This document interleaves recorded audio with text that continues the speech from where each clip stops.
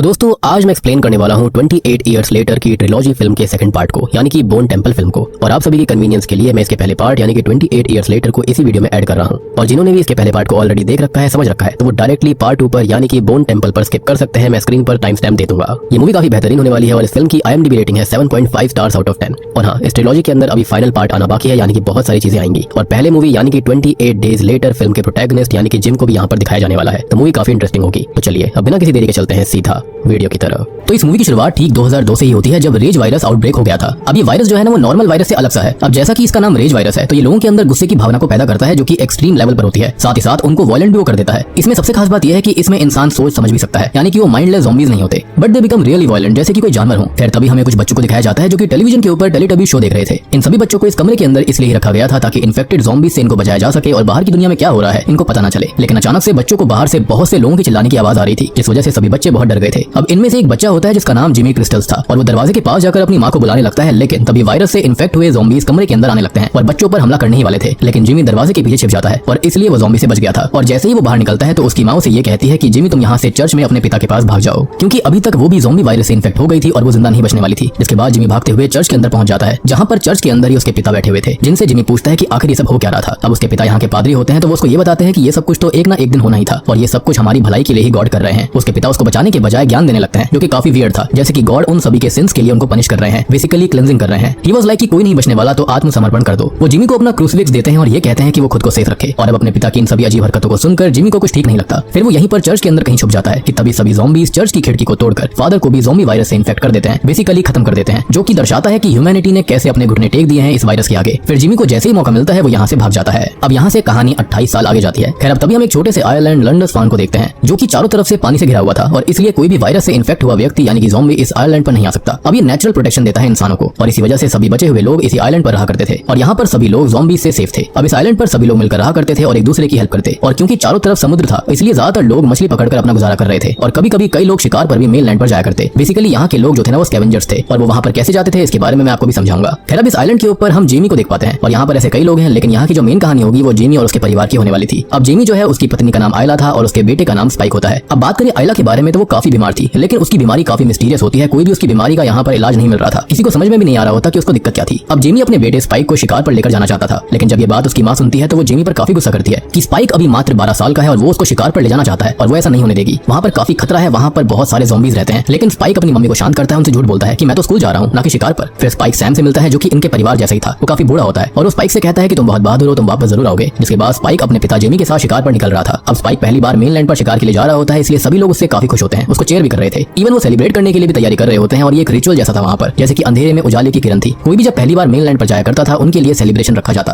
और ये सेलिब्रेशन इसलिए नहीं था कि वो वहाँ पर पहली बार जा रहे थे, एटलीस्ट अकॉर्डिंग टू मी। ये सेलिब्रेशन इसलिए रखा जाता ताकि वो जिंदा वापस लौट कर आए। अब जैसा मैंने बताया कि इस आइलैंड को एक नेचुरल प्रोटेक्शन मिली हुई थी, तो वो कैसे? तो असल में इस आइलैंड से मेनलैंड तक एक रास्ता बना हुआ था, और जब समुद्र के पानी का लेवल कम हुआ करता तभी ये रास्ता दिखाई देता था। अब 4-5 घंटे का वक्त इनके पास था। फिर स्पाइक और जिमी इस रास्ते को पार करते हुए मेनलैंड तक पहुंच जाते हैं, यानी कि जहां पर ये ज़ॉम्बी आउटब्रेक हो चुका था। अब जब पानी का लेवल ऊपर आता है तो वो रास्ता पूरी तरह से छुप जाया करता था, और यही रीजन था कि कोई भी इन्फेक्टेड अभी तक यहाँ पर नहीं पहुंचा था। जिमी और स्पाइक इन दोनों को पता था कि 4-5 घंटे के बाद पानी का लेवल ऊपर आ जाएगा और तब तक उन्हें वापस आना पड़ेगा, यानी कि शिकार उसी वक्त तक होगा। अब स्पाइक जो होता है वो पहली बार मेनलैंड पर आया था, और फिर स्पाइक और जिमी जंगल के अंदर जाते हैं। तब जिमी स्पाइक को एक ज़ॉम्बी दिखाता है जो कि जमीन पर रेंग रहा होता है। जिमी स्पाइक को समझाता है कि ये ज़ॉम्बीज खतरनाक तो होते हैं, लेकिन ये सिर्फ रेंग कर अपना शिकार करते हैं, इनके पास स्पीड नहीं होती, ये भाग नहीं सकते, और इसलिए इनसे उनको डरने की जरूरत नहीं थी। और इस तरह के ज़ॉम्बीज की स्किन काफी मोटी हुआ करती थी, और इसलिए अगर इन्हें मारना है तो सीधा इनके गले पर तीर मारना होगा। फिर जिमी अपने बेटे को पहला मौका देता है ज़ॉम्बी का शिकार करने का। अब जिमी के बताए अनुसार वो ज़ॉम्बी के गले पर तीर मारता है, जिस वजह से पहली बार में ही उस ज़ॉम्बी की मौत हो गई थी। और यहाँ पर ये ट्रेनिंग आइलैंड के ऊपर ही ले रहे थे, लेकिन वहाँ पर और भी ज़ॉम्बीज होते हैं जिन्हें जिमी खत्म कर देता है। फिर वो दोनों और आगे बढ़ते हैं और रास्ते में वो ये देखते हैं कि काफी सारे जानवर एक ही दिशा में भाग रहे होते हैं, शायद ये डर कर भाग रहे थे एज अ वार्निंग साइन। अब ये सब स्पाइक ने पहली बार देखा था, उसको समझ नहीं आता कि ऐसा हुआ क्यों। अब मेनलैंड देखकर वो काफी आकर्षित सा हुआ था। फिर चलते चलते स्पाइक और जिमी एक पुराने घर तक पहुंच गए थे। यहाँ पर वो अपने काम की चीजें ढूंढने आए थे एज दे वर स्कैवेंजर्स, लेकिन घर के अंदर उन्हें कोई भी खास काम की चीज नहीं मिलती।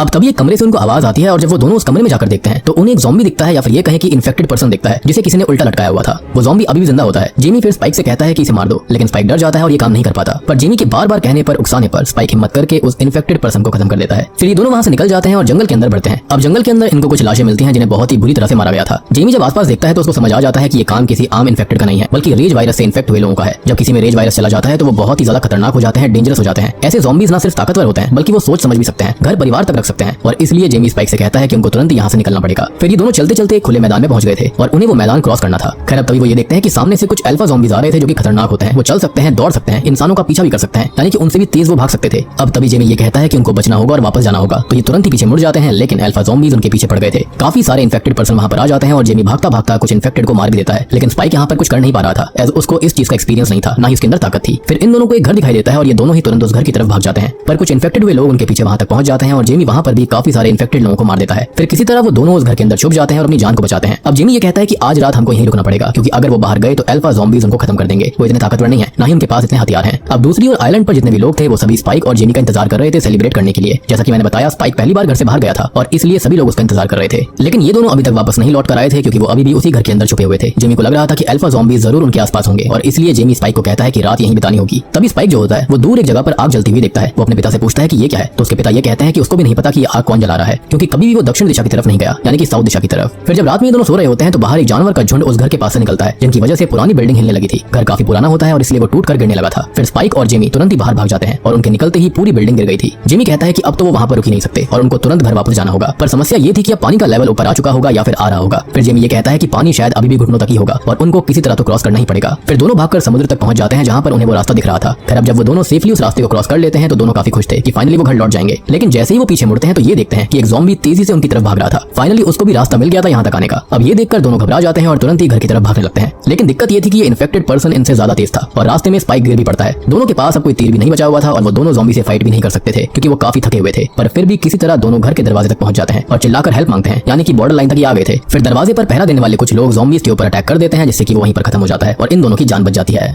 अब यहाँ स्पाइक के लिए तो ये सब काफी स्पेशल था, क्योंकि उसने पहली बार घर से बाहर कदम रखा था और ये सब किया। पहली बार में ही अल्फा इन्फेक्टेड ज़ॉम्बीज़ का सामना कर लिया और इसलिए उसके लिए एक पार्टी ऑर्गेनाइज करी जाती है। सभी लोग सेलिब्रेट करते हैं और पार्टी के दौरान स्पाइक ये देखता है कि उसके पिता उसके साथ रहने के बजाय एक लड़की रोजी के साथ कहीं जा रहे थे, जो कि यहीं की स्कूल टीचर थी, और वो दोनों काफी क्लोज आ जाते हैं, इंटीमेट होते हैं, जो कि स्पाइक के लिए काफी शॉकिंग था। स्पाइक जब अपने पिता को किसी और लड़की के साथ देखता है तो वो काफी दुखी हो जाता है और अपनी माँ के पास जाता है। फिर स्पाइक सैम से मिलता है और ये कहता है कि मैं सिर्फ ये देखने आया हूँ कि मेरी माँ कैसी है। फिर सैम कहता है कि ये पार्टी तुम्हारे लिए थी, तुम्हें तो अभी पार्टी में होना चाहिए था। अब स्पाइक फिर सैम को बताता है कि मैंने जंगल में एक जगह पर खुली जगह पर आग जलती देखी थी, पर मुझे नहीं पता कि वो आग किसने लगाई होगी। फिर सैम ये कहता है कि जरूर ये आग डॉक्टर इयान कैल्सन नाम के एक आदमी ने लगाई होगी, क्योंकि वो 30 साल पहले उसका दोस्त था, यानी कि ये प्रीवियस फिल्म के सर्वाइवर्स थे, यानी कि डॉक्टर भी वही था, but he chose to remain alone. अब सैम इस बात को तो नहीं जानता था कि आखिर डॉक्टर ने ऐसा क्यों किया, वो अकेले क्यों रहना चाहता था, लेकिन उसको बिल्कुल आइडिया नहीं था कि वो अब तक जिंदा भी होगा। फिर सुबह जेमी घर वापस आ जाता है, तब स्पाइक अपने पिता पर काफी गुस्सा था। वो कहता है कि आप तो दूसरी लड़कियों के साथ ही समय बिताते हो और मॉम की तो आपको बिल्कुल परवाह नहीं है और आप हमें अकेला छोड़ दो, हम खुद देख लेंगे। स्पाइक फिर ये भी बोलता है कि आपने डॉक्टर इयान कैल्सन के बारे में भी झूठ कहा, आप उसको जानते थे, हो सकता है कि वो डॉक्टर हमारी माँ को ठीक कर सके। फिर जेमी बोलता है कि वो डॉक्टर है ही नहीं, वो तो एक पागल आदमी है और हमने उसे एक बार देखा था जब वो लाशों को जला रहा था, उनके कंकालों को इकट्ठा कर रहा था और उसने हमको देखा भी था, पर हम डर के मारे वहां से भाग गए थे। लेकिन मुझे ऐसा लगता है कि अगर डॉक्टर बुरा इंसान होता तो इनको पकड़कर वहीं पर खत्म कर देता, लेकिन उसने ऐसा कुछ नहीं किया, तो हो सकता है कि ये कोई मिसअंडरस्टैंडिंग रही होगी। फिर अगली सुबह स्पाइक एक जगह जानबूझकर वहां आग लगा देता है और सबको ये बोलता है कि आग बुझानी पड़ेगी, जल्दी चलो। तो जो भी लोग गेट की सिक्योरिटी कर रहे थे वो भी आग बुझाने के लिए वहां पर भाग जाते हैं। तब स्पाइक जो होता है वो चुपके से ही बिना किसी को बताए अपनी माँ आयला के साथ मेनलैंड की तरफ निकल पड़ता है। वो अपनी माँ को बताता है कि एक डॉक्टर है जिनका नाम है डॉक्टर कैल्सन, वो आपका इलाज कर सकते हैं और इसलिए मैं आपको उनके पास लेकर जाऊंगा। और इस वक्त तक हम ये भी देख पाते हैं कि जो यहाँ पर आयला होती है ना, उसको ज्यादा चीजें याद नहीं रहती थी, वो बहुत ही वियर्ड सा बर्ताव करा करती। और इस तरह स्पाइक और उसकी माँ एक लंबी जर्नी पर निकल पड़ते हैं, यानी कि यहाँ पर एक मेन प्लॉट के अंदर एक और प्लॉट के साथ एक और प्लॉट ऐड हो गया था। अब शाम में स्पाइक और उसकी माँ एक पुराने टूटे हुए चर्च की तरफ जाते हैं। स्पाइक अपनी माँ से कहता है कि आप आराम करो और मैं रात भर पहरा देता रहूंगा, लेकिन स्पाइक अभी भी छोटा बच्चा ही था और इसलिए उसे रात में नींद आ जाती है और वो वहीं पर सो जाता है। अब इस इलाके में कुछ इन्फेक्टेड लोग भी थे जो कि जमीन पर रेंगते हुए चल रहे थे। अब यहाँ पर मैंने जैसा आपको बताया था कि ये लोग भाग नहीं सकते, लेकिन धीरे धीरे कहीं भी पहुंच सकते थे और ऑब्वियस बात है इनको इंसानों की बू आ गई थी। अब रात को ये इन्फेक्टेड लोग जो होते हैं वो इस खंडर चर्च के पास आ गए थे। तब स्पाइक की माँ अचानक से एक ज़ॉम्बी के ऊपर हमला कर देती है, जो कि काफी वियर्ड था। अब फिर सुबह जब वो उठकर देखती है तो उसको शॉकिंगली याद नहीं था कि आखिरकार ये जो इन्फेक्टेड है उसको किसने मारा। उसे शायद ऐसा लगता है कि उसके बेटे ने ऐसा करा होगा, और जैसा मैंने आपको ऑलरेडी बताया कि उसको चीजें याद नहीं रहती थी, ना ही उसे बातें याद रहती थी। तभी दूसरी ओर मेनलैंड के अंदर कुछ सोल्जर्स इन्फेक्टेड लोगों को मार रहे थे। वो कई सारे इन्फेक्टेड लोगों को तो गोली मारकर खत्म कर देते हैं, लेकिन फाइट के दौरान कई सोल्जर्स खुद भी इन्फेक्टेड हो गए थे और खुद भी ज़ॉम्बी बन गए थे। लेकिन सिर्फ एक सोल्जर जिसका नाम एरिक होता है वो बच जाता है, जो कि किसी तरह से यहाँ से बचकर भाग गया था। अब इसके बाद जब स्पाइक और उसकी माँ अपने सफर को जारी रख रहे होते हैं तो स्पाइक की माँ उसी को अपना हस्बैंड भी बुला रही होती है, क्योंकि बीमारी की वजह से उसका दिमाग भी ठीक से काम नहीं कर रहा था, तो उसे कुछ भी याद नहीं रहता कि ये लड़का है कौन, उसका पति है या फिर बेटा है। अब तभी सरसों के खेतों के अंदर एक इन्फेक्टेड पर्सन उनकी तरफ आ रहा था, लेकिन स्पाइक जो होता है वो आराम से उस ज़ॉम्बी को मार डालता है और फिर वो दोनों आगे बढ़ते हैं। और आपने पोस्टर्स के अंदर इसी ज़ॉम्बी को हमेशा देखा होगा जब इन लोगों ने 28 ईयर्स लेटर मूवी को प्रमोट किया। लेकिन अचानक से ही तभी वहां पर इस आवाज को सुनकर काफी सारे ज़ॉम्बीज इन्फेक्टेड पर्सन आ गए थे। तो स्पाइक और उसकी माँ भागकर एक गैस स्टेशन में छिप जाते हैं, लेकिन वहां पर चारों तरफ गैस फैली हुई थी और वहां पर इन्फेक्टेड उनके पीछे आ गए थे और उन पर हमला करने ही वाले थे। लेकिन तभी वहां पर बचा हुआ सोल्जर एरिक आ जाता है और उन पर गोली चला देता है। अब ऑब्वियस बात है वो गैस स्टेशन था, जिसकी वजह से वहां एक बड़ा धमाका होता है। सारे इन्फेक्टेड पर्सन मारे जाते हैं, लेकिन यहाँ मिरेकुलसली स्पाइक और उसकी माँ बच गए थे और वो बाहर निकलते हैं। फिर वहाँ सोल्जर उनको बताता है कि वो मेन स्वीडन से आया है और वो लोग यहाँ पर अक्सर आते रहते थे इन्फेक्टेड पर्सन्स को मारने के लिए, पर इस बार उसकी पूरी टीम खत्म हो गई और वो ही बस जिंदा बचा था और उसको अब ये समझ में नहीं आ रहा था कि वो यहाँ से बाहर कैसे निकले। खैर अब ये लोग बातें करते करते आगे बढ़ रहे थे और थोड़ा आगे जाकर ये आराम करते हैं, जहाँ पर जो एरिक होता है उसके हाथ में एक फोन था और उसके अंदर एक लड़की की फोटो भी थी, जो कि हो सकता है शायद उसकी लव इंटरेस्ट की होगी या फिर वो उसकी गर्लफ्रेंड हो सकती है। अब स्पाइक ने पहली बार एक फोन देखा था और इसलिए उसे थोड़ा सा अजीब लगता है, क्योंकि उसे कुछ भी समझ में नहीं आता कि ये चीज क्या है। ऑब्वियस बात है, ये लोग बाकी दुनिया से कट ऑफ होकर रहा करते थे, तो इनको बिल्कुल भी आइडिया नहीं था, यानी कि बच्चे को आइडिया नहीं था कि स्मार्टफोन होता कैसा है। एंड ऑब्वियस बात है कि 28 साल बीत चुके थे। अब स्पाइक जो होता है वो सोल्जर एरिक को बताता है कि उसकी माँ को हेल्थ प्रॉब्लम्स है, यानी कि आइला को, और वो उनको एक डॉक्टर इयान एल्सन के पास में लेकर जा रहा है। और अगर सब कुछ ठीक रहा तो डॉक्टर से मिलने के बाद वो उसको अपने आइलैंड पर ले जाएगा और वहां पर वो सेफ भी रहेगा। बट आई ट्रूली बिलीव कि इतनी अच्छी गर्लफ्रेंड होने के बाद वो वहां रहना नहीं चाहता होगा। एनीवेज, अब आगे चलते चलते इनको एक ट्रेन दिखाई देती है और ट्रेन के अंदर से ज़ॉम्बीज़ आवाज कर रहे थे, तो इसलिए स्पाइक की माँ ट्रेन के अंदर देखने जाती है और ये देखती है कि शॉकिंगली एक इन्फेक्टेड लेडी वहां पर प्रेग्नेंट थी और वो बच्चा डिलीवर करने वाली थी। फिर स्पाइक की माँ जो होती है वो बिना डरे हुए एक इन्फेक्टेड लेडी यानी कि एक इन्फेक्टेड ज़ॉम्बी की हेल्प करती है और वो इन्फेक्टेड लेडी एक छोटे से बच्चे को डिलीवर करती है। और शॉकिंगली ये बच्चा बिल्कुल हेल्दी था, यानी कि उसके अंदर कोई भी ऐसा निशान नहीं था जिससे ये लगे कि उसके अंदर रेज वायरस हो। सो माइट भी ये वायरस जो है वो बच्चों पर असर नहीं करता, या फिर ये हो सकता है कि उस बच्चे के अंदर म्यूटेशन हो गई होगी। एंड आई बिलीव कि ये बच्चा नॉर्मल इंसानों से काफी शक्तिशाली होगा, या फिर ये कहा जा सकता है कि इन्फेक्टेड और नॉर्मल ह्यूमंस के बीच का बंदा, जिसके डीएनए चेंज हो गए होंगे और वो काफी ज्यादा शक्तिशाली हो जाएगा। मतलब ऐसा कहा जा सकता है कि उसके अंदर वो सारी खूबियां होंगी जो कि रेज वायरस के अंदर होती थी, लेकिन वो उनको शायद इजीली कंट्रोल कर सकता है। फिर जब इन्फेक्टेड उनके ऊपर हमला करने वाली होती है तभी सोल्जर एरिक जो होता है वो उस लेडी को गोली मार देता है। फिर एरिक ये कहता है कि इस बच्चे को यहीं छोड़ दो, ये खतरनाक हो सकता है। उनको नहीं पता कि ये बच्चा कैसा बिहेव करेगा, लेकिन स्पाइक की माँ यानी कि आइला बेबी को छोड़ने से इनकार कर देती है। अब तभी होता यह है कि वहां पर इसी प्रेग्नेंट लेडी का हस्बैंड या फिर ये साथ में रहा करते थे उनका अल्फा ज़ॉम्बी आ जाता है, जो कि सोल्जर को पकड़ लेता है और उसकी गर्दन ही तोड़ देता है। वो लिटरली उसकी गर्दन पकड़कर उसकी रीढ़ की हड्डी समेत उसे उखाड़ देता है और ये देखकर तो स्पाइक और उसकी माँ तुरंत ही वहां से भागने लगते हैं। और अब वो ज़ॉम्बी जो होता है यानी कि अल्फा ज़ॉम्बी वो स्पाइक और उसकी माँ के पीछे पड़ गया था। स्पाइक उस ज़ॉम्बी पर बहुत सारे तीर मारने की कोशिश करता है, लेकिन उसे कुछ भी नहीं होता। अब देखो यहाँ पर ऐसा नहीं है कि उसे दर्द नहीं हो रहा था, लेकिन ये रेज वायरस इतना खतरनाक होता है कि इंसानों को यहाँ पर दर्द महसूस नहीं होता और वो अपनी विल पावर से अपने वायलेंट नेचर के चलते आगे बढ़ सकते हैं। अब जब ये अल्फा ज़ॉम्बी इन दोनों को ऑलमोस्ट मारने ही वाला होता है तभी एक आदमी वहां पर आ जाता है। वो ज़ॉम्बी को एक बेहोशी का डार्ट लगा देता है, एक इंजेक्शन देता है और तब जाकर हमको पता चलता है कि ये आदमी कोई और नहीं बल्कि खुद डॉक्टर इयान कैल्सन है, जो कि इसी इलाके में रहता है। अब यहाँ पर एक इंटरेस्टिंग डिटेल ये आती है कि जो डॉक्टर कैल्सन होते हैं वो यहाँ इस अल्फा ज़ॉम्बी को यानी कि अल्फा इन्फेक्टेड पर्सन को सैमसन बुलाया करता था और वो ये बोलता है कि वो इन अल्फा ज़ॉम्बीज का लीडर भी है। तो यहाँ पर उसने इसे सैमसन का नाम इसलिए दिया था क्योंकि उसका फ्रेंड का नाम भी सैम था और ये वही सैम है जिसको हमने शुरुआत में स्पाइक से बात करते देखा था, यानी कि वो अपने दोस्त को आज तक भूला नहीं है। अब डॉक्टर जो होता है वो इन दोनों से ये कहता है कि जब तक सैमसन यानी कि ये अल्फा ज़ॉम्बी होश में ना आए उनको वहां से निकल जाना चाहिए। फिर वो स्पाइक और उसकी माँ को अपने साथ रहने वाली जगह पर लेकर जाता है जहाँ पर वो अकेला ही रहा करता था। अब तभी यहाँ पर हम उस खौफनाक नजारे को देखते हैं जिसके बारे में जिमी ने स्पाइक को बताया था कि डॉक्टर एक पागल इंसान है और वो लोगों को जला रहा था, उनकी खोपड़ियों को इकट्ठा कर रहा था। तो डॉक्टर कैल्सन यहाँ पर वायरस फैलने के बाद जितने भी लोग खत्म हो जाते थे उनको जलाकर उनके सर की खोपड़ी से एक टावर बनाया करता था और वो एरिक के सर की खोपड़ी को भी वहां पर अपने साथ लेकर आया था, जिसे स्पाइक बाकी की खोपड़ियों के साथ रख देता है। और डॉक्टर कैल्सन ये बताता है कि यहाँ पर वो ऐसा इसलिए करता है ताकि वो उनको सम्मान दे सके और ये रियल में एक चीज होती है, बेसिकली सम्मान देना, किसी चीज को याद करना, लोगों को याद करना। अब डॉक्टर कैल्सन यहाँ पर इस बात का भी जिक्र करता है कि काफी सालों बाद वो किसी इंसान से बात कर रहा है जो कि इन्फेक्टेड ना हुआ हो, अदरवाइज वो यहाँ पर अकेला ही रहकर काफी बोर सा हो गया था। वो ये बताता है कि वरना यहाँ पर तो हमेशा इन्फेक्टेड पर्सन उसको दिखते रहते हैं। अब तभी स्पाइक जो होता है वो सीधा मुद्दे पर आता है और डॉक्टर कैल्सन से कहता है कि उसको अपनी माँ का इलाज करवाना है, लेकिन डॉक्टर कैल्सन ये कहते हैं कि उसके पास कोई भी प्रॉपर इक्विपमेंट नहीं है, कोई भी टूल नहीं है, तो वो चेक कैसे कर सकता है और वो कैसे बताएगा कि उसकी माँ को दिक्कत क्या है। इसके बाद स्पाइक ये बोलता है कि रास्ते में एक ज़ॉम्बी ने बेबी को जन्म दिया था और ये बच्चा मेरी माँ लेकर आई है और बेबी बिल्कुल हेल्दी था। डॉक्टर कैल्सन कहता है कि इस बच्चे को दूध चाहिए होगा और सिर्फ पानी से या फिर किसी और चीज से वो ज्यादा दिन जिंदा नहीं रह पाएगा। बेसिकली वो ये कहना चाहता था कि उसे अपने साथ उसे ले जाना पड़ेगा, यानी कि उस आइलैंड पर। फिर डॉक्टर कैल्सन स्पाइक की माँ को चेक करने लगते हैं क्योंकि उनको स्पाइक पर काफी तरस आया था। काफी देर तक चेक करने के बाद वो ये बताते हैं कि तुम्हारी माँ को एक टर्मिनल इलनेस है, यानी कि लास्ट स्टेज कैंसर है और उसके हिसाब से उनके पास कुछ ही दिन बचे थे और इसलिए उनकी मेमोरी लॉस भी हो रही थी। वो ये कहते हैं कि वो इसका इलाज नहीं कर सकते। फिर स्पाइक की माँ उसको ये कहती है कि उनको पहले से ही अंदाजा था कि उनके साथ ऐसा ही कुछ होगा, यानी कि उन्हें कैंसर हो सकता है, लेकिन वो हमेशा से यही चाहती थी कि उनके खत्म होने के बाद कोई और उनको ये बात बताए और वो खुद अपने मुंह से कभी ये नहीं कह पाई और इसलिए उसे उसके पिता से भी कोई शिकायत नहीं थी। और तब जाकर शायद स्पाइक को भी ये बात समझ आती है कि उसके पिता किसी और लेडी के साथ क्यों थे, क्योंकि हो सकता है कि शायद से यहाँ पर जिमी को भी सारी बात पता होगी। स्टिल यहाँ पर ये चीज जस्टिफाइड नहीं थी कि जिमी अपनी पत्नी के रहते किसी और के साथ ये सब कर रहा था। खैर स्पाइक को जब ये बात पता चलती है तो उसको काफी दुख होता है क्योंकि उसको समझ आ जाता है कि उसकी माँ कुछ ही दिनों की मेहमान है। फिर डॉक्टर इयान कैल्सन स्पाइक को ये समझाते हैं कि बीते कई सालों में उन्होंने काफी कुछ देखा है। वो ये बताते हैं कि इस दुनिया के अंदर जो भी आया है वो एक दिन खत्म ही होगा, कोई जल्दी चला जाता है तो कोई देर से जाता है, लेकिन जाना सबको होगा और उसको अपनी माँ के लिए इतना दुख नहीं होना चाहिए क्योंकि वो वैसे भी अपने आखिरी दिनों में थी और ये जिंदगी का एक नेचुरल पार्ट भी है। स्पाइक की माँ उसे गले लगा लेती है और ये कहती है कि चिंता मत करो बेटा, मैं हमेशा तुम्हारे साथ रहूंगी। फिर डॉक्टर इयान कैल्सन स्पाइक की माँ को अलग जगह में ले जाता है और वो उसे अपने एरो से बेहोश करके खत्म कर देता है। बेसिकली उसको यहाँ पर आसान मौत दी थी क्योंकि वो जानते थे कि स्पाइक की माँ काफी दर्द में थी, जिसके चलते उसको और दर्द नहीं सहना पड़ेगा। और फिर थोड़ी देर के बाद में वो उसकी माँ की खोपड़ी यानी कि स्कल लेकर वापस आता है और वो स्पाइक से ये कहता है कि इस खोपड़ी को उस जगह पर लगाओ जहाँ पर तुमको ये लगता है कि इसकी सही जगह होगी। तो स्पाइक उन सारी खोपड़ियों के ऊपर जहाँ पर और खोपड़ियां लगी होती हैं अपनी माँ की खोपड़ी को सबसे ऊपर लगाता है। ऑब्वियस बात है उसकी माँ उसके लिए दुनिया थी, सबसे अव्वल थी, इसलिए उसने ऐसा किया, हाई रेस्पेक्ट थी। खैर अब तभी वहाँ पर वही अल्फा ज़ॉम्बी वापस से होश में आ जाता है जिसे पहले बेहोश करा गया था। फिर स्पाइक और डॉक्टर इयान कैल्सन उस इन्फेक्टेड पर्सन से बचने के लिए छुप जाते हैं। Infected person doctor Ian Kelsen को पकड़ लेता है, लेकिन स्पाइक उस ज़ॉम्बी को फिर से बेहोश कर देता है और स्पाइक की वजह से डॉक्टर की जान बच गई थी। डॉक्टर कैल्सन फिर से स्पाइक से कहता है कि इस बच्चे के साथ तुम वापस अपने आइलैंड चले जाओ, नहीं तो ये बच्चा नहीं बचेगा। फिर स्पाइक निकल पड़ता है अपनी इस जर्नी पर, लेकिन वो अपने घर नहीं जाना चाहता था, वो जंगल के अंदर ही रहना चाहता था और वो उस बच्चे को उस आइलैंड के ही मेन गेट पर लटका देता है ताकि लोग उसको देख सके। अब जो लोग आइलैंड के अंदर रह रहे थे वो बच्चे को देख लेते हैं, उनको ये लगता है कि ये बच्चा स्पाइक नहीं छोड़ा होगा क्योंकि वहां से वही बाहर गया था। और जब ये बात स्पाइक के पिता जिमी को पता लगती है तो वो तुरंत ही मेन लैंड की तरफ भागने लगते हैं, लेकिन पानी का लेवल अब तक बढ़ चुका था तो इसलिए वो क्रॉस नहीं कर पाते जाते और उनको काफी दुख होता है क्योंकि उसको कोई आइडिया नहीं था कि उसकी बीवी आइला और उसके बेटे स्पाइक के साथ हुआ क्या है। फिर हम स्पाइक को देखते हैं जो कि अब जंगल में अकेला बैठा हुआ था और अब वो जंगल के अंदर अकेला ही रहने वाला था और मेनलैंड के अंदर और अंदर जाने तक का वो प्लान करता है। और अब 28 दिन और बीत जाते हैं, लेकिन तभी कुछ ज़ॉम्बीज वहां पर आ रहे थे और स्पाइक कुछ ज़ॉम्बीज को मार देता है। लेकिन जैसे ही आगे बढ़ता है उसे रास्ता बंद मिलता है और तभी वहां पर कुछ लोग आ गए थे और उनमें से एक लड़का था जिसने काफी सारी गोल्ड की चेन पहनी हुई थी। इनफैक्ट एक इन्वर्टेड क्रॉस भी था जो कि कोई और नहीं बल्कि शुरुआत वाला लड़का जिमी क्रिस्टल्स था। जी हाँ, जिसने की अपना खुद का ही एक कल्ट बना लिया है। और ध्यान दिया जाए तो ये लोग टेलीटबी स्टाइल में थे क्योंकि बचपन में इन्होंने वही शो देखा था और उसके बाद से दे नेवर सॉ एनीथिंग और वही उन्होंने कल्ट बना लिया। और यहाँ पर जो बच्चा पैदा हुआ था ना वो भी मेरे ख्याल से सन बेबी वाला रेफरेंस है टेलीटबीज का। और ये सब दिखने में नॉर्मल नहीं लग रहे होते और उसने तो स्पाइक को तीर चलाते हुए देख भी लिया था और स्पाइक का निशाना देखकर यहाँ पर जिमी काफी खुश था और फिर वो स्पाइक से ये कहता है कि तुम मेरे ग्रुप में शामिल हो जाओ। इसके चलते हम ये देख पाते हैं कि उसके साथी जो थे यानी कि जिमी के वो भी काफी वियर्ड टेलीटबी स्टाइल में थे और वो बाकी के सारे इन्फेक्टेड लोगों को आसानी से मार डालते हैं। और उसके बाद में स्पाइक जो होता है वो भी इन्हीं के साथ निकल जाता है और बूम, इसी के साथ में 28 ईयर्स लेटर मूवी यहीं पर खत्म हो जाती है।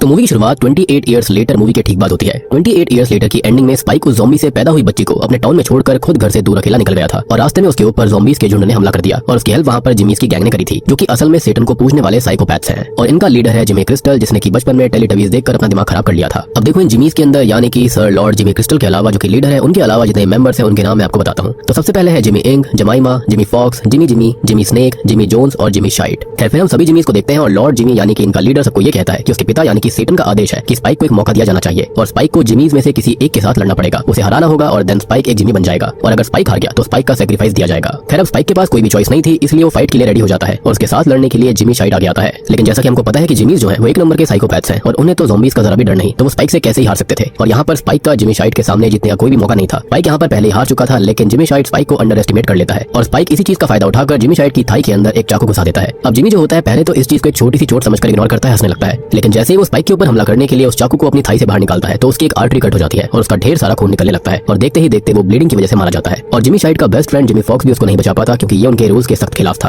खैर अब जिमी शाइट के मरने के बाद में स्पाइक एक जिमी बन चुका था और वो जिमी बिल्कुल भी नहीं बनना चाहता था, लेकिन अगर वो ऐसा नहीं करता तो ये लोग स्पाइक को मार डालते, तो स्पाइक को ये सब मजबूरी में करना पड़ता है। खैर इसके बाद में सभी जिमीज वहां से निकल जाते हैं और एक बात नोट करने वाली ये है कि जिमीज कभी भी एक जगह पर नहीं रुकते, वो बस आगे बढ़ते रहते हैं एक जगह से दूसरी जगह पर। खैर अब इसके बाद में हम एक हंटर को देख पाते हैं जो कि वहां पर शिकार करने आया था, लेकिन ढेर सारे ज़ॉम्बीज उस पर हमला कर देते हैं और फिर हम यहाँ पर सैमसन द अल्फा को देखते हैं और पहली बार हम एक ज़ॉम्बी के पर्सपेक्टिव से एक इंसान को देख रहे होते हैं। हमको यहाँ पर पता लगता है कि असल में ज़ॉम्बीज को जो इंसान होते हैं ना वो खुद एक ज़ॉम्बी जैसे ही दिखते हैं और इसलिए वो इंसानों पर हमला कर देते हैं क्योंकि वो इंसानों को एज अ थ्रेट देखते हैं जो कि वायरस की वजह से होता है। और अब यहाँ पर हमें काफी भयानक सीन देखते हैं। सैमसन जो होता है वो उस हंटर का सर उसकी बॉडी से उखाड़ देता है, साथ ही साथ सर के साथ में वो उसकी स्पाइन भी उखाड़ लेता है और इससे हमको पता लगता है कि सैमसन कितना पावरफुल और खतरनाक है। खैर पिछली मूवी के एक और कैरेक्टर डॉक्टर इयान कैल्सन को दिखाया जाता है जो कि मरे हुए ज़ॉम्बीज को उठाकर अपने कैंप के पास लेकर जा रहा था और वो सभी ज़ॉम्बीज पिछले पार्ट में मारे गए थे और उनमें से एक ज़ॉम्बी वो थी जिसने कि पिछले पार्ट में एक नॉर्मल इंसानी बच्चे को जन्म दिया था। उधर उस हंटर को मारने के बाद में सैमसन उस हंटर का दिमाग खाने लगता है और वो इयान के गाने की आवाज सुनता है और वो भागकर इयान के पास चला जाता है। फिर सैमसन इयान से थोड़ी दूरी पर खड़ा हुआ था और वो इयान की तरफ बढ़ने लगता है, लेकिन जैसे ही इयान सैमसन को शूट करने के लिए बेहोश करने के लिए अपनी डार्ट पाइप को निकालता है तो सैमसन वहीं रुक जाता है और जैसे ही पाइप नीचे करता है तो सैमसन फिर से उसकी तरफ बढ़ने लगता है। फिर आखिर में डॉक्टर इयान सैमसन को बेहोश कर देता है जिसके बाद में इयान सैमसन की बॉडी में से तीर निकालता है और अगर आपको याद हो तो ये तीर सैमसन को पिछले पार्ट्स में लगे थे। फिर अब इयान अपने कैंप के अंदर वापस जाता है और वहां पर वो ज़ॉम्बीज की बॉडी से बोन्स को अलग करता है और उनको अपने बोन टेंपल में सजा देता है और इसलिए इस मूवी का नाम बोन टेंपल है। अब इयान अंडरग्राउंड बने हुए अपने बंकर में जाता है और वहां पर लगी हुई पिक्चर्स को देखकर ये समझ में आता है कि इयान की भी कभी फैमिली हुआ करती थी और शायद से उसका परिवार भी इन्फेक्ट हो गया। फिर इसके बाद इयान के दिमाग में एक बात आती है और वो जल्दी से बाहर जाता है और सैमसन को बुलाने लगता है। सैमसन वहां पर आ भी जाता है और वो इयान की तरफ बढ़ने लगा था यानी कि उसको मारने के लिए, लेकिन जैसे ही इयान अपने डार्ट पाइप को ऊपर करता है तो सैमसन रुक जाता है और जैसे ही इयान पाइप को नीचे करता है सैमसन फिर से उसकी ओर बढ़ने लगता है और ये बर्ताव देखकर इयान काफी ज्यादा हैरान था। खैर इयान सैमसन को अपने पास बुलाता है और सैमसन भी उसके पास आ गया था, जहां पर हम समझ पाते हैं कि सैमसन जो कि एक अल्फा है असल में वो पूरी तरह से ज़ॉम्बी नहीं बना है, बल्कि कोई भी अल्फा पूरी तरह से ज़ॉम्बी नहीं बना, लेकिन वो पूरी तरह से इंसान भी नहीं है। और जो बेहोशी वाला डार्ट असल में इयान इस्तेमाल करता है ना उससे सैमसन को उस दर्द से राहत मिलती है जो कि उस वायरस की वजह से सैमसन को होती है, बेसिकली दिमाग के अंदर। इसलिए डार्ट पाइप को देखकर सैमसन इयान पर हमला नहीं कर रहा था और ये सेम ऐसा है जैसे किसी जानवर को ट्रेन करना। एग्जांपल के लिए डॉग्स को जैसे डॉग फूड देकर ट्रेन किया जाता है, सेम वैसे ही अब इयान सैमसन को डार्ट की हेल्प से बेहोश कर देता है और वो सैमसन के साथ बातें करने लगता है और इयान सैमसन से ये कहता है कि क्या हो अगर वो सैमसन के मुंह से एक शब्द सुन पाए, और ऐसा हुआ तो ये किसी चमत्कार से कम नहीं होगा क्योंकि इससे इयान को पता चल सकता है कि वायरस ने सैमसन के ब्रेन को घेर रखा है, लेकिन वो सैमसन को पूरी तरह से इन्फेक्ट नहीं होने दे रहा। बेसिकली जो वायरस है ना वो इंसानों के अंदर रेज को इतना बढ़ा देता है कि सामने कौन है उनको समझ में नहीं आता। खैर अब इयान ये पता लगाने के लिए कि क्या जो बेहोशी वाली मेडिसिन वो अब तक सैमसन पर इस्तेमाल करता आ रहा था क्या उसकी हेल्प से सैमसन के सोचने और समझने की एबिलिटी में कोई इंप्रूवमेंट हुई है, तो ये जानने के लिए वो खुद भी वही बेहोशी की मेडिसिन खा लेता है ताकि अगर सैमसन उसे मारकर खाए भी तो इयान बेहोशी में रहे और उसे कुछ भी फील ना हो। अब इयान कुछ ही वक्त में बेहोश हो जाता है और जब उसकी आंख खुलती है तो वो बिल्कुल सही सलामत था और इससे उसको पता लग गया था कि वो सैमसन और बाकी अल्फा को क्योर कर सकता है और उसी खुशी में वो नाचने लगता है। अब इयान फिर से उसी बेहोशी वाली दवाई को फिर से रेडी करता है, लेकिन इस बार उसके अंदर कुछ चेंजेस थे। हम देखते हैं कि अब सैमसन खुद इयान के पास आने लगा था और अब वो चीजों को भी समझ रहा था, जैसे कि वो बारिश को फील कर रहा होता है। सैमसन रोज इयान के पास आने लगा था और इयान रोज उसे वो दवाई वाला डार्ट शूट कर देता और ऐसे ही कई दिन बीत जाते हैं। फिर इसके बाद में सीन बदलता है और कहीं दूर जंगल में हम टॉम, ऑस्लो और कैथी नाम की एक प्रेग्नेंट लेडी को देखते हैं जो कि वहां पर मशरूम्स लेने आए थे, लेकिन वहाँ पर उनको एक ज़ॉम्बी दिख जाता है। अब कैथी और टॉम के बहुत रोकने के बावजूद भी ओस्लो उस ज़ॉम्बी को मारने चला जाता है, क्योंकि अगर वो ज़ॉम्बी उनको देख लेता तो वो चिल्लाने लगता और उसकी आवाज सुनकर और भी ज़ॉम्बीज वहाँ पर आ जाते तो काफी रिस्क वाली बात हो सकती थी। लेकिन होता यह है कि जैसे ही ओस्लो उसके पास जाता है तो वो ज़ॉम्बी चिल्लाने लगता है। वहाँ पर ढेर सारे ज़ॉम्बीज तुरंत आ जाते हैं और वो सभी उन पर हमला कर देते हैं। अब ओस्लो तो उन ज़ॉम्बी से घिर गया था और एक ज़ॉम्बी उसके ऊपर खून वाली उल्टी करता है। एंड ऑब्वियस बात है ये वायरस से इन्फेक्टेड होती है जो कि उसके मुंह के अंदर चली जाती है और ओस्लो भी अब इन्फेक्टेड हो गया था।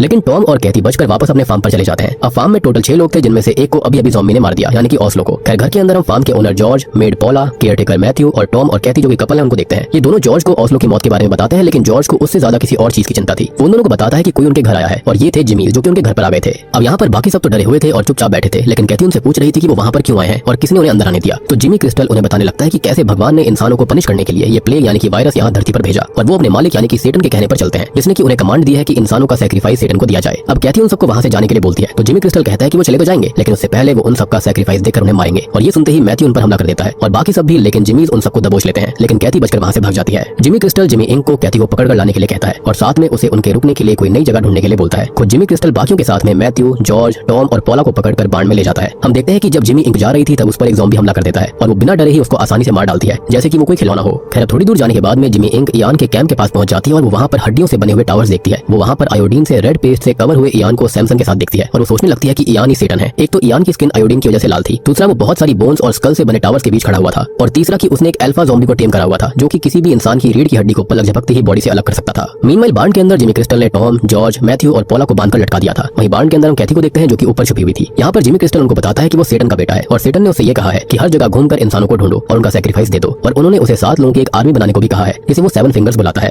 खैर अब एक बात तो साफ थी कि जिमी क्रिस्टल पूरा का पूरा पागल है और उसको हेलुसिनेशंस होते हैं और वो साइकोपैथ भी है, और इन सब की वजह यह है क्योंकि बचपन में उसकी आंखों के सामने उसका परिवार ज़ॉम्बीज के हाथों मारा गया था। खैर अब सैक्रिफाइस देने के लिए सभी जिमीज अपने अपने मास्क पहनते हैं और वो पहले मैथ्यू से शुरू करते हैं। वो उसकी शर्ट उतारकर उसकी छाती की खाल को उतारते हैं और ये देखकर स्पाइक वहाँ से बाहर आ जाता है क्योंकि उससे वो देखा नहीं जा रहा था। तभी वहाँ पर जिमी इंक भी आ जाती है और वो स्पाइक को आकर संभालती है। एनीवेज यहाँ से सीन बदलता है जहाँ पर हम डॉक्टर इयान को देखते हैं जो कि सैमसन के साथ रात में खुले आसमान में बैठा था। वो सैमसन को बताता है कि जो दवाई सैमसन को आराम दे रही थी वो खत्म होने वाली है। वो बताता है कि वो वहाँ पर 28 सालों से है, यानी कि जब पहली बार रेज वायरस फैला था, और तब से उसने हर तरह की दवाई ढूंढकर कलेक्ट करी है, लेकिन अब जो दवाई सैमसन के लिए चाहिए वो उसके पास नहीं बची। अब आखिरी रास्ता यही था कि वो सैमसन को जहर के इंजेक्शन से उसे हमेशा के लिए उस दर्द से आजाद कर दे। लेकिन इससे पहले इयान सैमसन से उसकी इच्छा पूछता है कि क्या वो मरना चाहता है या फिर नहीं, लेकिन सैमसन कुछ नहीं बोलता और इयान उसे इंजेक्शन लगाने ही वाला था कि सैमसन चांद की तरफ देखता है और बोलता है चांद, और ये सुनकर इयान हैरान बहुत ही ज्यादा खुश हो जाता है क्योंकि उसने पिछले 28 सालों में किसी भी इन्फेक्टेड यानी कि ज़ॉम्बी को बोलते नहीं सुना था, और इसका मतलब ये था कि जल्दी ही सैमसन ठीक होने वाला था।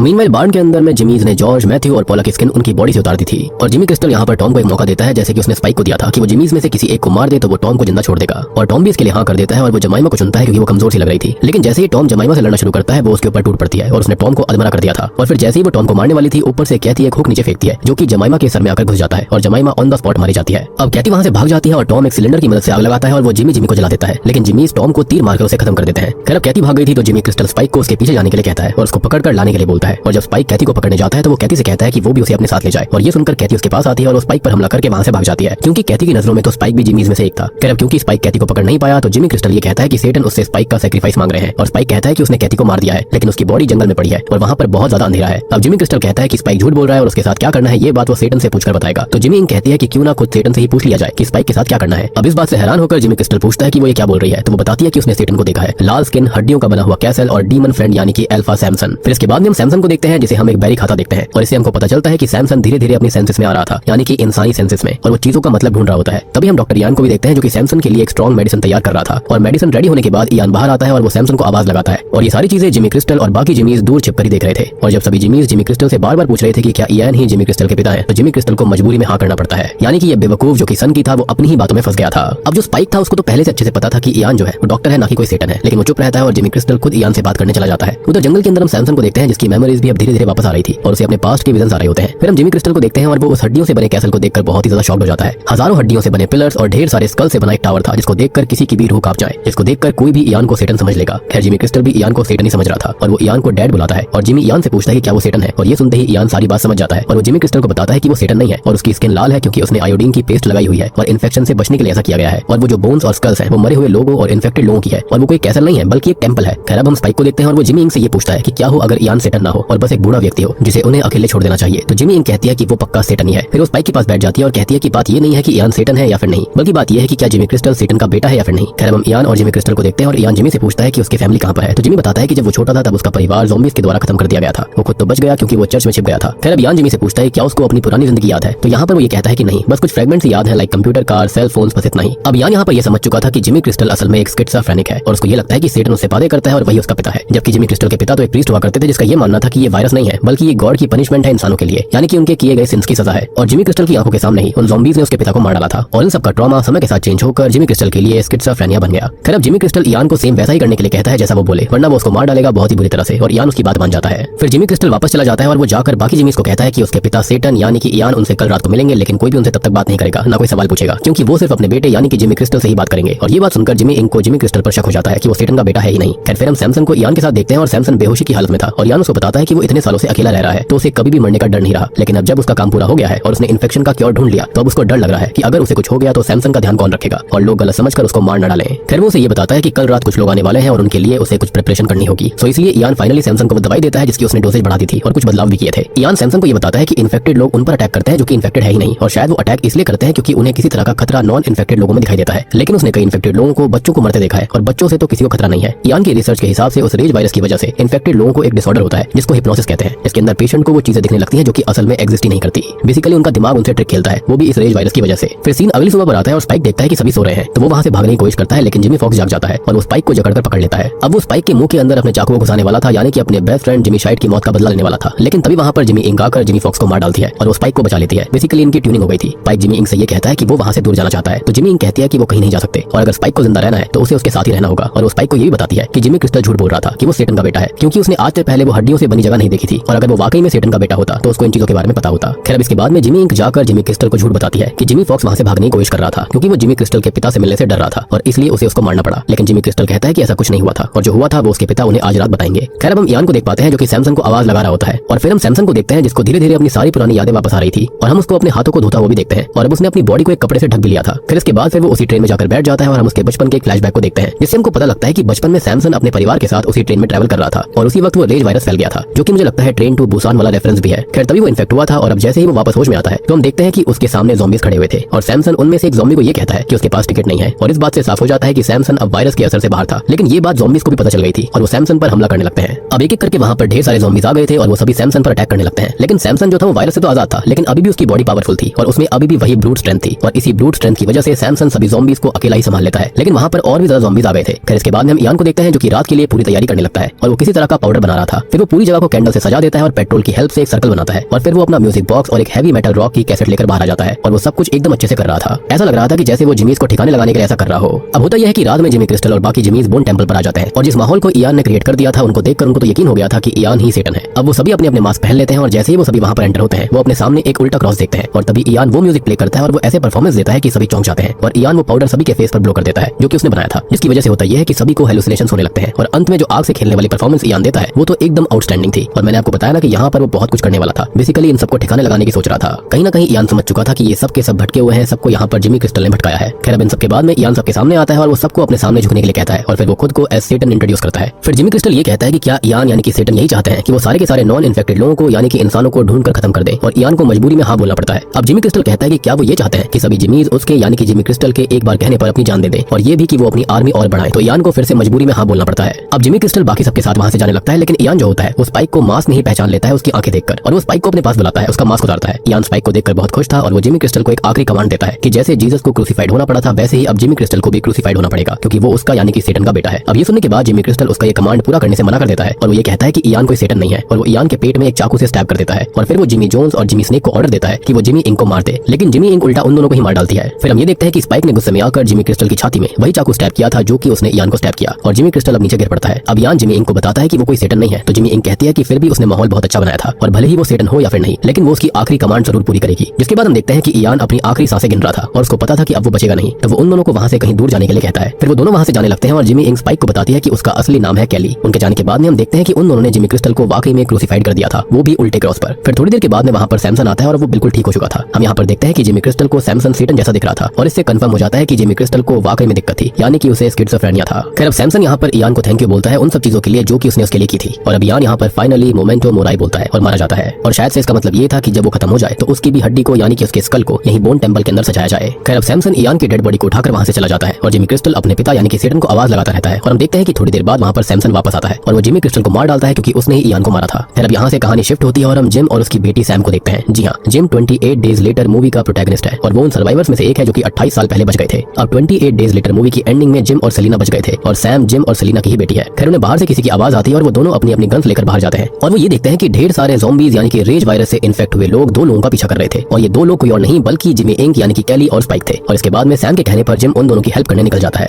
कि स्टार्टिंग वाले प्रोटैगनिस्ट को और यहाँ पर लेटेस्ट मूवी के प्रोटैगनिस्ट को कैसे आपस में जोड़ दिया गया। और बूम, इसी के साथ में 28 years later bone temple film यहीं पर खत्म हो जाती है। तो दोस्तों ये थी इस फिल्म की कहानी और बोन टेम्पल फिल्म ये बताते हुए खत्म हुई है कि अगले पार्ट के अंदर हमें ओरिजिनल मूवी के प्रोटैगनिस्ट को देखने का मौका मिलेगा। यानी कि आप जानते हो कि 28 इयर्स लेटर एक ट्रिलॉजी है, यानी कि 3 पार्ट इसमें आएंगे। 2 तो ऑलरेडी आ चुके हैं, तीसरा भी आने वाला है और शायद हमें उसकी 28 साल की लाइफ को एक्सप्लोर करने का मौका भी मिलेगा कि आखिरकार क्या क्या हुआ। अब जैसे कि 28 डेज लेटर मूवी के सर्वाइवर्स भी अभी जिंदा है, तो हो सकता है कि अगले पार्ट में हमें 28 वीक्स लेटर मूवी के सर्वाइवर जैसे कि टैमी, एंडी और फ्लिन भी देखने को मिल सकते हैं। अब रही बात सैमसन की, तो अब वो रेज वायरस से इम्यून है और फिर कभी भी इन्फेक्ट नहीं हो सकता। उसके अंदर जो ब्रूट स्ट्रेंथ है वो हमेशा रहेगी। अब इस मूवी के अंदर स्टोरी स्पाइक, जिमीज और इयान पर फोकस हो रखी थी और शायद अगले पार्ट में स्टोरी अलग अलग कम्युनिटीज पर फोकस करे जो कि वायरस से बच गए थे, जैसे कि जिस कम्युनिटी से स्पाइक है और जिस कम्युनिटी के अंदर जिम और सैम है। अब हो सकता है कि ऐसी और भी कम्युनिटीज होंगी क्योंकि रेज वायरस यूनाइटेड किंगडम और यूरोपियन कंट्रीज में स्प्रेड हुआ था। तो हो सकता है कि अगले पार्ट के अंदर और भी कुछ ज्यादा एक्साइटिंग देखने को मिलेगा। हो सकता है कि ये वर्ल्ड वाइड फिनोमेना हो। और देखो सबसे बड़ी बात यह है कि इयान ने यहाँ पर कोई ना कोई क्योर तो निकाल ही लिया था। अब ये खाली अल्फा पे काम आता है या फिर बाकी के ऊपर भी, ये बात तो हमें अगले पार्ट के अंदर देखने के लिए मिलेगी। क्या पता इयान ने यहाँ पर स्पाइक को कुछ बातें बता दी होंगी जिसके चलते हमको पता होगा कि कौन सी दवाई देनी है। लेकिन यहाँ पर सबसे बड़ा चैलेंज यही होगा कि इतने सारे लोगों को पकड़कर ये दवाई कैसे दी जाएगी। और सच में यार इयान के साथ ऐसा देखकर काफी बुरा लगा, काफी बढ़िया आदमी था वो। और मूवी भी काफी इंटरेस्टिंग है, इसकी रेटिंग भी काफी बढ़िया है, देखने में इस मूवी को काफी मजा आता है। यहाँ पर ये खाली एक ज़ॉम्बी मूवी नहीं है बल्कि उससे काफी बढ़कर है। यहाँ पर कैरेक्टर्स की जो गहराई है और बहुत सारी चीजें दिखाई गई हैं वो काफी ज्यादा देखने लायक है, देखने में काफी मजा आता है। तो मैं यही कहूंगा कि आप इस मूवी को, इस फ्रेंचाइजी को जरूर देखिएगा। बाकी उम्मीद करता हूँ कि आपको मूवी पसंद आई होगी। पसंद आई है तो वीडियो को लाइक कर दीजिए, चैनल के ऊपर नए हो तो सब्सक्राइब कर लो।